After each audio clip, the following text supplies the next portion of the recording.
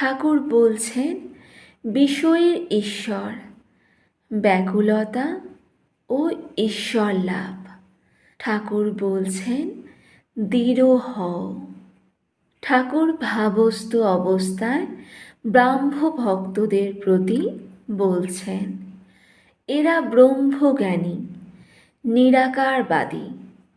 তা বেশ, একটাতে দৃঢ় হও, হয় সাকারে নয় নিরাকারে, তবে ঈশ্বর লাভ হয়, নচেত হয় না।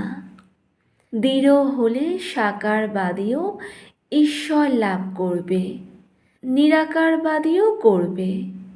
মিছরির রুটি সিধে করে খাও আর করেই খাও, মিষ্টিই লাগবে, কিন্তু দৃঢ় হতে হবে, ব্যাকুল হয়ে তাকে ডাকতে হবে।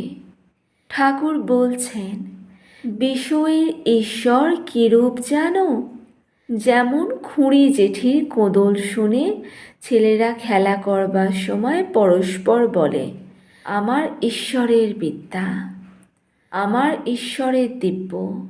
আর যেমন কোনো ফিট বাবু পান চিবোতে চিবোতে হাতে স্টিক ধরে বাগান বেড়াতে বেড়াতে একটি ফুল তুলে বন্ধুকে বলে, ঈশ্বর কি বিউটিফুল ফুল করেছেন, কিন্তু এই বিষয়ের ভাব ক্ষণিক, যেন তপ্ত লোহার ওপর জলের ছিটে। ঠাকুর বলছেন একটার ওপর দৃঢ় হতে হবে। ডুব দাও, না দিলে সমুদ্রের ভিতর রত্ন পাওয়া যায় না, জলের ওপর কেবল ভাসলে পাওয়া যায় না। এই বলিয়া ঠাকুর যে গানে কেশবাদী ভক্তদের মন মুগ্ধ করিতেন, সেই গান সেই মধুর কণ্ঠে গাহিতেছেন। সকলের বোধ হইতেছে যেন স্বর্গধামে বা বৈকুণ্ঠে বসিয়া আছেন।